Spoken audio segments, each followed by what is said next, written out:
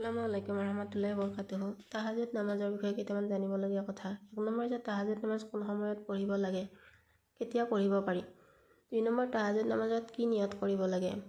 3 number তাহাজুদ নামাজত কি সূৰা পঢ়িব লাগে। আৰু 4 নম্বৰত এই নামাজ কেই ৰাকাত পঢ়িব লাগে। 5 নম্বৰ যে তাহাজুদ নামাজৰ সিজদাত কি কৰিব লাগে, কিমান সময় থাকিব লাগে। তাহাজুদ নামাজৰ সময় হ'ল ৰাতি 12 বজাৰ পৰা ফজৰ নামাজৰ আগ মুহূৰ্তলৈ এই নামাজ পঢ়িব পাৰি। ইয়াৰ নিয়ত হৈছে নাৱাইতু আন উছল্লিয়া লিল্লাহি তাআলা ৰাকাতাই সালাতি তাহাজ্জুদ সুন্নাতু ৰাসূলিল্লাহি তাআলা মুতাওয়াজ্জিহান ইলা জিহাতিল কাবাতি শৰীফাতি আল্লাহু আকবাৰ। প্ৰথম ৰাকাতত সূৰা ফাতিহাৰ পিছত সূৰা ইখলাছ 3 পঢ়িব পাৰি।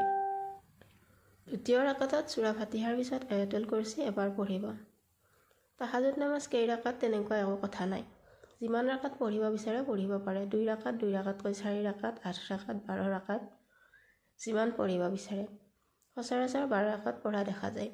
তাহাজুদ নামাজৰ সিজদাতকৈ সুবহানা ৰাব্বিয়াল আলা বেছিকৈ পঢ়িব লাগে। 5-7 বাৰ পঢ়িলে ভাল। যিমান পাৰে আল্লাহৰ নাম ল'ব, যেনে ইয়া আল্লাহু, ইয়া ৰহমানু, ইয়া ৰহিমু ইত্যাদি ইত্যাদি। আমিন সুম্মা আমিন।